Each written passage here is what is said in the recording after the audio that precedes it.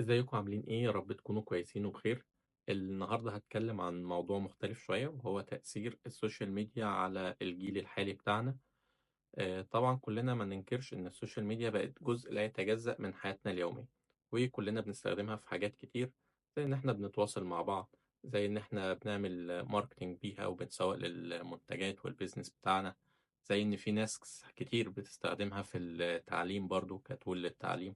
بس ما ننكرش ان السوشيال ميديا ليها سلبيات، واهم نقطة سلبية في السوشيال ميديا هي ان هي دايما بتحطك تحت ضغط وتحت توتر.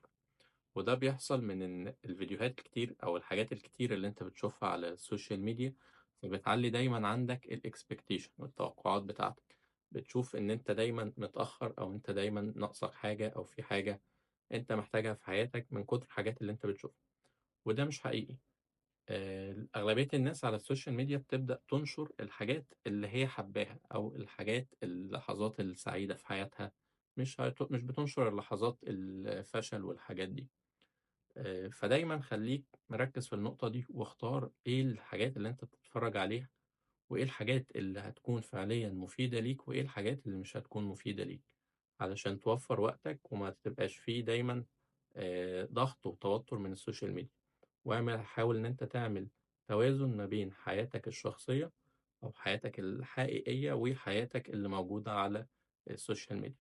لو عجبك الفيديو ما تنساش تعمل لايك وشير.